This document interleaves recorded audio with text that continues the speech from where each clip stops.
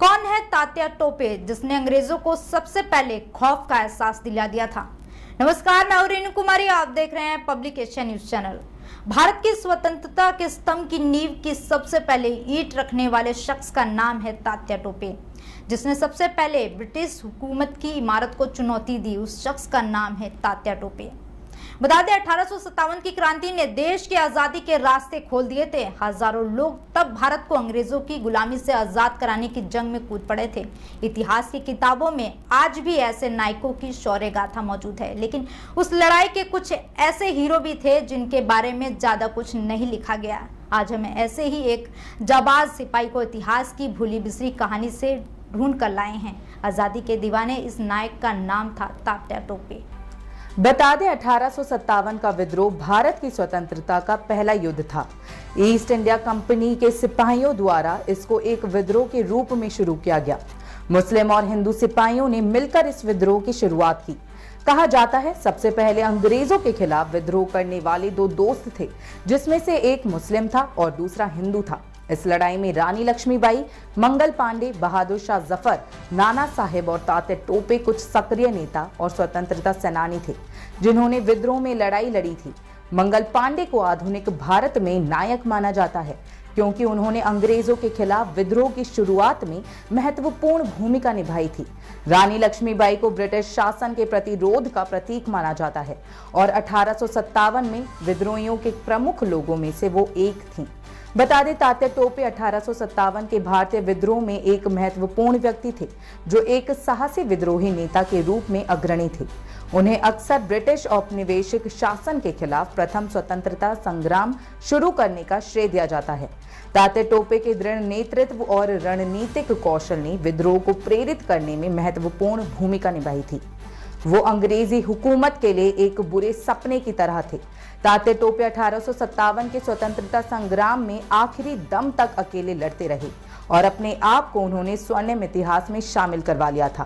तात्या टोपे ने अंग्रेजों के खिलाफ लगभग 150 युद्ध लड़े हैं। तात्या टोपे ने कानपुर को ब्रिटिश सेना से छुड़वाने के लिए कई युद्ध किए, लेकिन उनको कामयाबी मई 1857 में मिली और उन्होंने कानपुर पर कब्जा हासिल कर लिया। तात्या टोपे भारत के प्रथम स्वतंत्रता संग्राम के एक सेना नायक थे।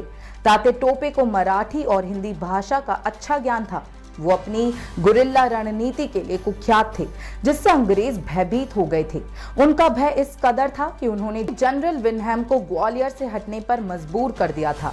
उन्होंने ग्वालियर पर कब्जा करने के लिए झांसी की रानी लक्ष्मीबाई के साथ मिलकर युद्ध लड़े थे। बता दें, तात्या टोपे लक्ष्मीबाई के बचपन के मित्र और सहपाठी भी थे।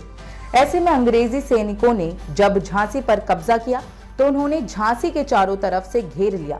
ऐसे में झांसी को बचाना जरूरी था। पेशवाओं ने तात्या टोपे को यह अहम जिम्मेदारी सौंपी।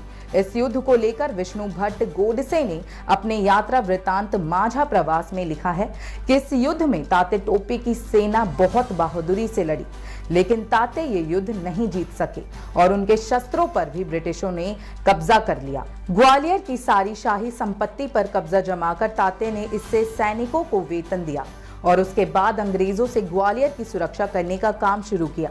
जब ब्रिटिश सैनिकों को मालूम हुआ कि पेशवा झांसी की रानी और तात्या टोपे ग्वालियर में हैं, तब वो ग्वालियर की ओर बढ़े। 17 जून 1858 को ब्रिटिश सैनिक ग्वालियर के नजदीक पहुंच गए।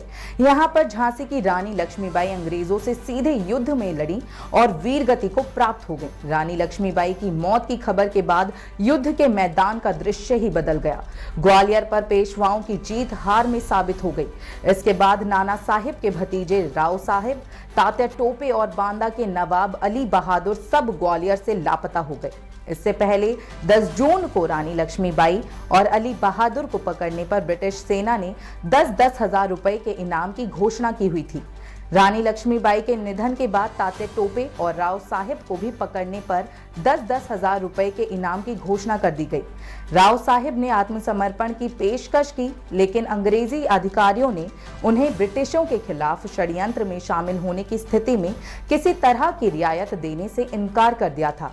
ऐसी स्थिति में उन्होंने आत्मसमर्पण करने से भी इनकार कर दिया।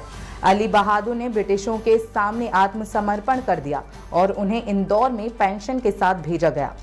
लेकिन तात्या टोपे और राव साहिब ने संघर्ष जारी रखा। तात्या टोपे ग्वालियर के पास शिवपुरी के जंगल में छिपे थे।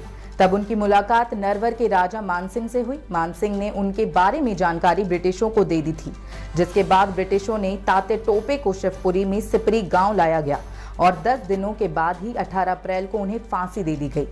प्रतिभा रांडे ने अपनी किताब में लिखा है कि जिस पत्थर पर तात्या टोपे को फांसी दी गई, उस पर अंग्रेजों ने लिखवाया, यहाँ 18 अप्रैल 1859 को कुख्यात तात्या टोपे को फांसी दी गई। आपको बता दें, अंग्रेज अधिकारी ऑटम सहित कई लोगों का मानना था कि जिस आदमी को फांसी दी गई है वह तात्या टोपे नहीं है। यह भी कहा गया है कि जिसे फांसी दी गई है वह बड़ौदा का भाऊ तांबेकर है। कुछ लोगों का मानना है कि तात्या टोपे को फांसी दी गई थी, लेकिन कुछ लोगों का मानना था कि तात्या टोपे साधु की वेशभूषा में बिठूर, येवला और बड़ौदा में घूम रहे हैं। सच तो यह भी है कि 1857 से 1859 के बीच तात्या टोपे ने अपनी असाधारण बहादुरी से अंग्रेजों के पसीने छुड़ा दिए थे। आपको बता दें, जिन लोगों की लड़ाई लड़ते लड़ते तात्या टोपे ने अपनी जान दे दी थी, उन्हीं में से एक शख्स ने उन्हें धोखा दिया और अंग्रेजों को उनका पता बता दिया। बता दें, महान क्रांतिकारी तात्या टोपे का बलिदान दिवस 18 अप्रैल को मनाया जाता है। आपको ये जानकारी कैसी लगी हमें कमेंट बॉक्स में जरूर बताएं। साथ ही ऐसी तमाम जानकारी के लिए देखते रहे पब्लिक एशिया न्यूज चैनल। नमस्कार।